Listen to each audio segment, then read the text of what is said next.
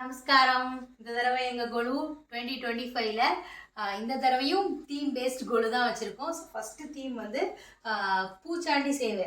பூச்சாண்டி சேவைனா என்னென்னா, ஸ்ரீரங்கம் ரங்கநாத பெருமாள் கோவிலில் வந்து ஆவணி முதல் பாதியில் வந்து பவித்திர உற்சவம்னு ஒரு உற்சவம் நடக்கும். பவித்திரம்னா புனிதமான, உற்சவம்னா திருவிழா. ஸோ பவித்திரமான புனிதமான திருவிழான்றதுக்காக தான்.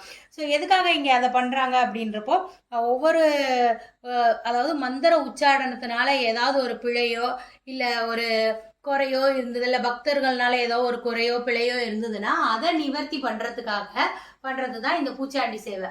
அப்போ பூச்சாண்டி சேவை அப்போ என்ன பண்ணுவாங்கன்னா, பவித்திரமான நூலை எடுத்து சுருளாக சுருட்டி எம்பெருமானோட தலையிலேருந்து கால் வரைக்கும் ஃபுல்லாக அலங்காரம் பண்ணியிருப்பாங்க. ஸோ இதில் இருக்கிற ஒவ்வொரு சுருளும் ஒவ்வொரு பிரபஞ்சத்தை குறிக்குமா.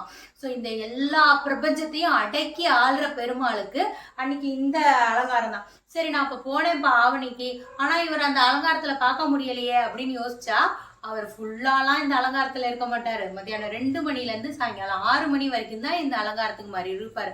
ஏன் இதுக்கு வந்து பூச்சாண்டி சேவை அப்படின்னு பேர் இருந்ததுன்னா, அதாவது எப்பயுமே நம்ம பெருமாள்னா எப்படி நம்ம அலங்கார பிரியரை தக தக தக தகன்னு மினு பார்த்துட்டு இருந்தவரை இப்போ திடீர்னு வரும், டக்குன்னு போனோன்னே இவர் வெறும் நூலாக இருக்கே என்னடா அது அப்படின்னு நம்ம யோசிச்சிருவோம்ல.